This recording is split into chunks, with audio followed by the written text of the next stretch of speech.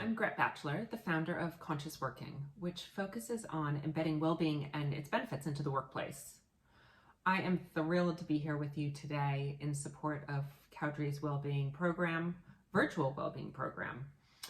Cowdrey has been supporting wellness for years, so it only seems natural to expand this program to people like you, the virtual community.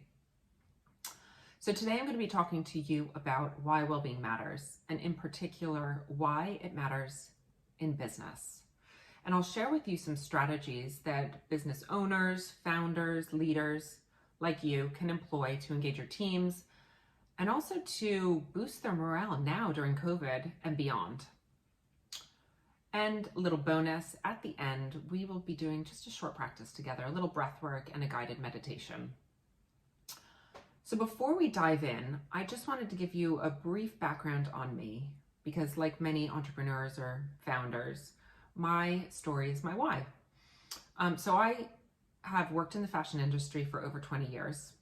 I started my career in New York and then moved to the UK about 15 years ago, and I had corporate sales roles at brands like Anya Hindmarch, Bamford, before moving to Michael Kors Europe, where I held a number of roles and was promoted while I was on maternity leave.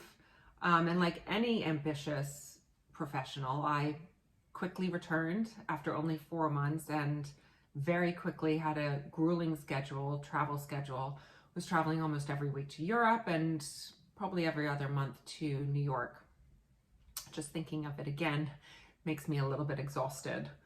So my work-life balance was pretty non-existent. And at the same time, I started to feel the growing pressures of high-stress role with parental guilt. And so in order to manage some of this stress and try to regain some balance, I developed my own practices, my routines, my rituals. And at the same time, I was merging that with a more sustainable lifestyle. And so without even knowing it, I was starting to fix myself, set myself up to be able to perform at my best. But I was also starting to plant the seeds for the foundations of our programs at Conscious Working.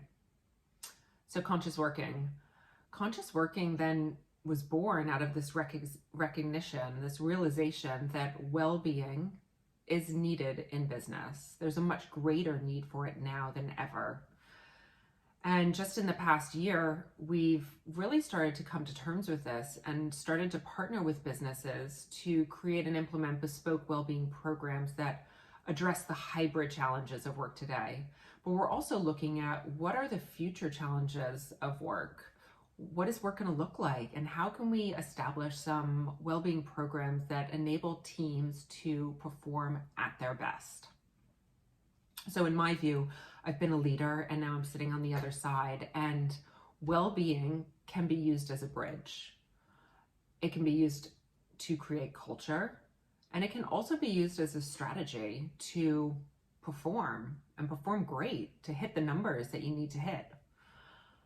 So if teams and leaders feel good, it's really simple. If they feel good, they'll perform well. And that's what we go on. That's what we speak to our partners about. So let's dive in. We can all agree the world has changed. The world itself is different, and so is the world of work. And no business, no CEO, no company has been exempt from this in the past year.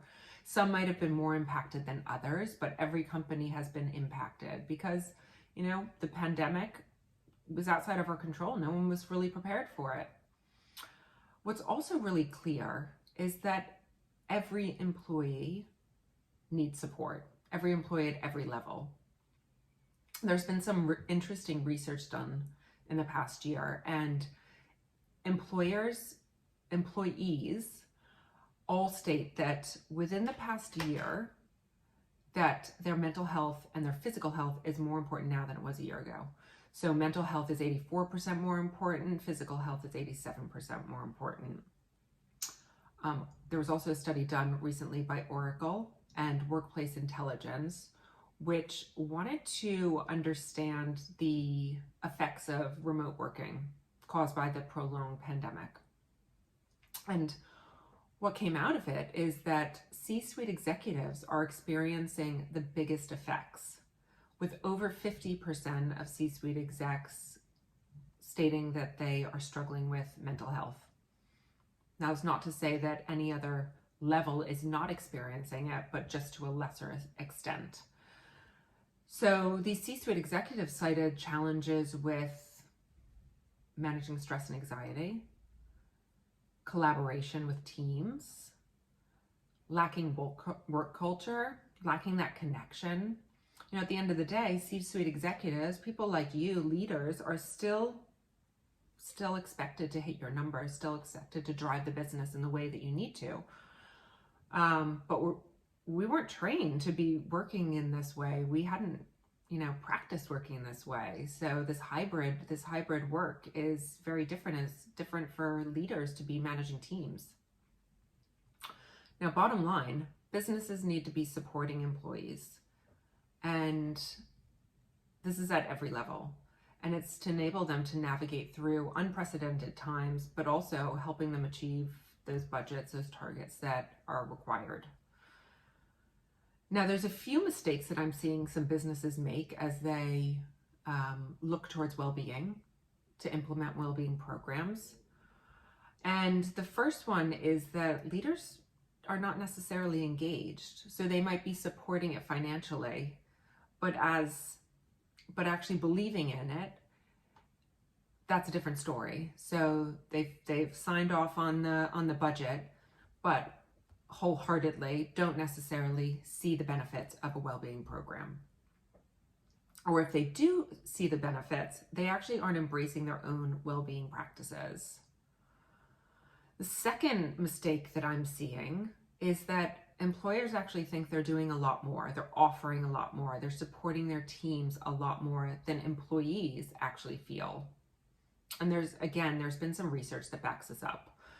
So there's been some research showing there's a significant gap between what workers feel they're getting as support compared to what employers feel they're giving. For example, 25% of employees consider their company is giving a good job for stress, to support stress, while over 42% of employers feel they're doing a good job. Even bigger gap is around mental health. And we have 27% of employees think that their company is doing a bad job, a poor job, while only 7% of employers think they're doing a bad job. So most people think they're doing great. And there's just this gap. There's a big gap. And number three, the third mistake that we're seeing is that at the end of the day, numbers still need to get done. We understand that, but the business is still emphasizing the job getting done.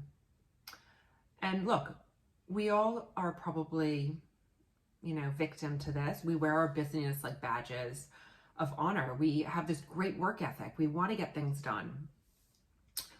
But we have forgotten that there's a balance. There's a yin and a yang, and you need to have both in order to perform to your best. So we need to have this work ethic, this drive, but we also need to have a bit of a rest ethic and this time off. And now more than ever, that's important because there are really no boundaries with our current hybrid situation. So those are the three mistakes that I'm commonly seeing. Now, what can you do? What can you do as a business owner, as a business founder, as a leader? My number one strategy for you is lead by example. As a leader, consider yourself like the team coach. You're coaching this, all-star team. How important is it that your team members are fighting fit? You're right, it's everything. You want your team playing their A game. So in order to play their A game, they need to be practicing consistently. They practice day in, day out. They have different drills. The same is true for people in business, for our teams in business. They need to have consistent well-being practices in order to deliver their best work. It's not like they have one day of, doing some great things and then the rest 6 other days they have no well-being practices. You need to have a consistent practice day in, day out to support your overall well-being. But even more than this, more than the team members being fighting fit, you as the leader, as the coach, need to be fighting fit.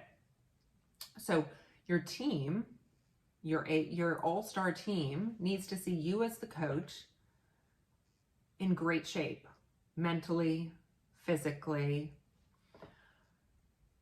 And in order to do that, then you're able to motivate them, to inspire them, to lead them. So those consistent practices that your teams need to have, they need to start with you, in fact. And when you have consistent well-being practices, then you can inspire your team members, all to have the same sort of consistency. And that enables you to perform day in and day out, and that will then engage them to support their own well-being day in and day out. Sort of like being on an airplane. You get onto the airplane, buckle your seatbelt, and the safety security video comes on.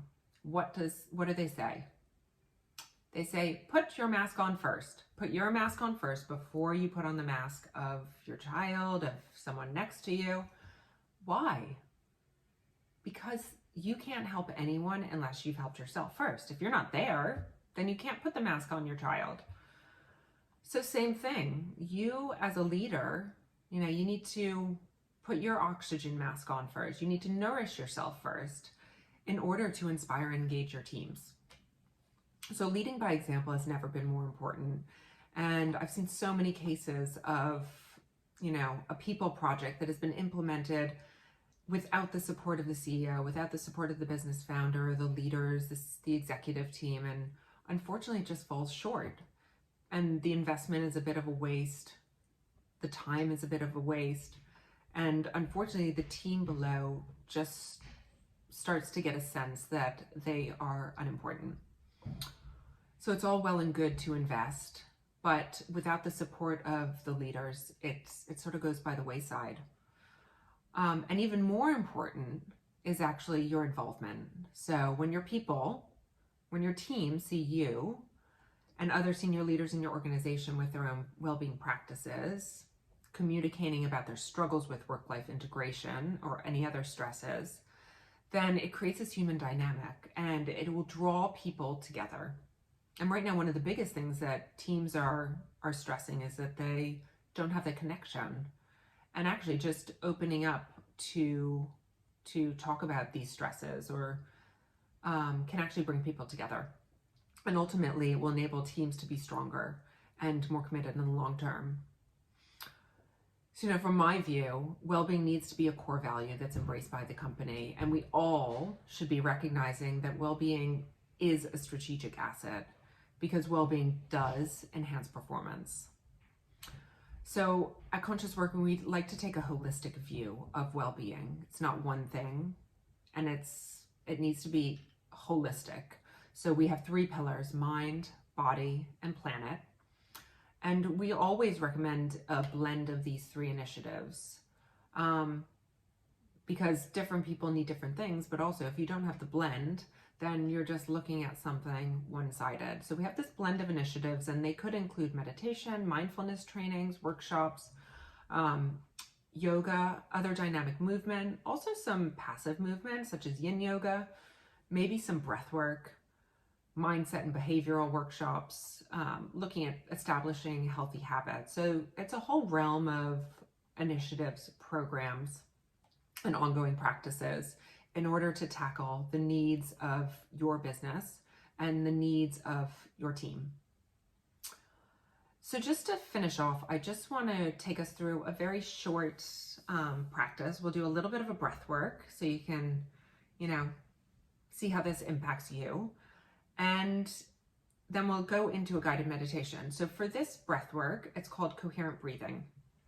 I want you just to sit upright in your chair, ideally with a supported back. And you're sitting upright, where your shoulders are relaxed, and you're just focused right in front of you. And if you want, you can have your eyes shut for the breath work. If not, you can have them open. But if they're open, just have one central point to look at in front of you. And for this practice of coherent breathing, we'll breathe in and out through the nose, in through the nose for a count of 6, and out through the nose for a count of 6. And then we continue on that way. So it's cyclical. There's no gaps between the breath. And the reason we do this is this brings our systems, our lungs, our circulatory system into coherence so that everything, all the internal organs are working at optimum efficiency. So we'll do a few rounds of this breath work and then I'll lead you into a short guided meditation. So when you're ready, take a breath in and a breath out. And now breathe in through the nose for a count of 1, 2, 3, 4, 5, 6. Exhale, 2, 3, 4, 5, 6. Inhale, 2, 3, 4, 5, 6. Exhale, 2, 3, 4, 5, 6. Inhale, 2, 3, 4, 5, 6. Exhale, 2, 3, 4, 5, 6. Inhale, continue with your own breathing pattern. Inhaling and exhaling through the nose for your count of 6. And just let the breath be cyclical. No gaps between the inhale and exhale. No gaps between the exhale and inhale. Just moving rhythmically, cyclically for this coherent breathing. Bringing your circulatory system, your heart, your lungs into coherence. And now as you end the next breath pattern, the next exhale of 6, if you haven't shut your eyes already, shut your eyes down and just start to breathe naturally. Let the body breathe in its own rhythm. We'll move into a short meditation. And as you're here, just notice your breath. And notice how your body feels after that short bit of breath work. And let the whole body be soft. Release any tension in the jaw or in the shoulders,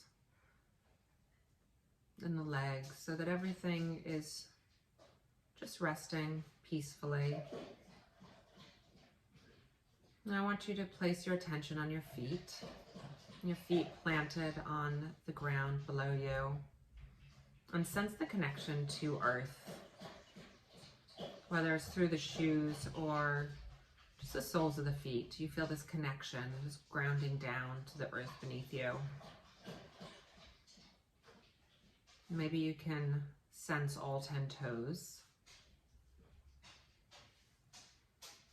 And then you move that attention upwards through the ankles and into the lower legs, the knees,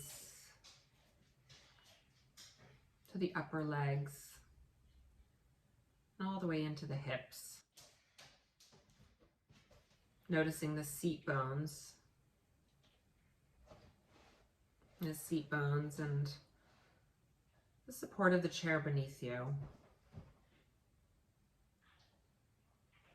Now you have this attention from the hips all the way down through the tips of the toes. An awareness of the lower half of your body. And then with this awareness, can you allow yourself to release a bit more?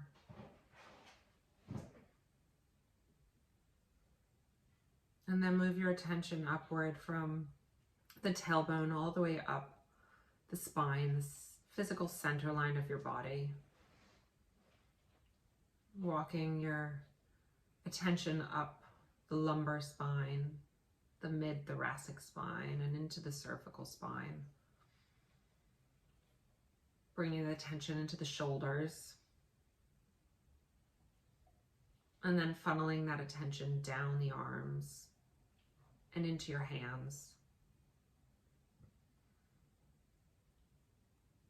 And can you notice as the attention moves into your hands, soles of your hands and the fingers? Can you notice any sensations? And as attention moves, so does our energy, and sometimes it draws with us some tingling sensations or maybe a warmth. And you observe how your body feels. Now that you have awareness from the shoulders all the way down through the tips of the fingers and all the way down through the torso into the legs to the tips of the toes. And now you move this attention upward through the throat, into the head, placing your attention on the sides of the head and the ears.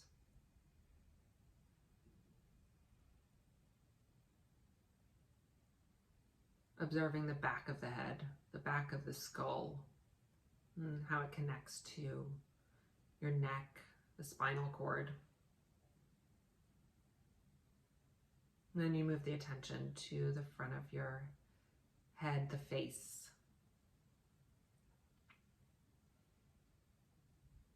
Observing your eyes and the eye sockets, the cheekbones, the mouth,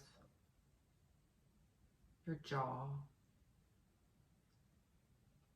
Maybe observe some tension in the jaw, and you just shift your tongue to the lower palate of your mouth to release that tension.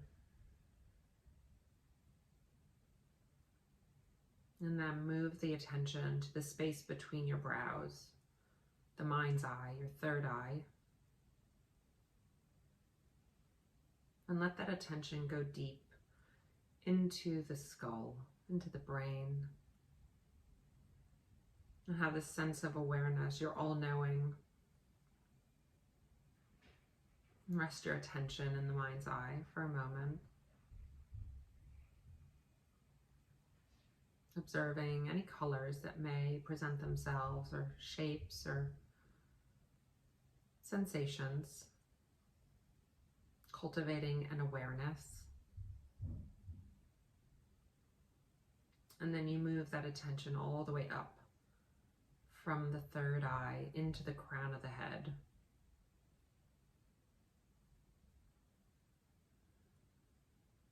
And observe. Observe how you feel, how your body feels, now that you have a complete body awareness from the crown of the head, all the way down through the tips of the fingers, and all the way down through the tips of the toes. Complete body awareness.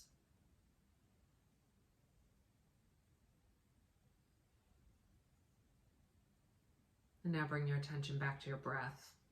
Just feeling the body breathe.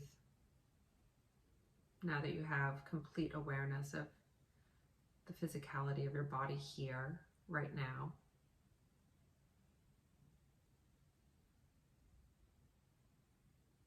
And when you're ready, just gently start to open the eyes and observe what you see in front of you.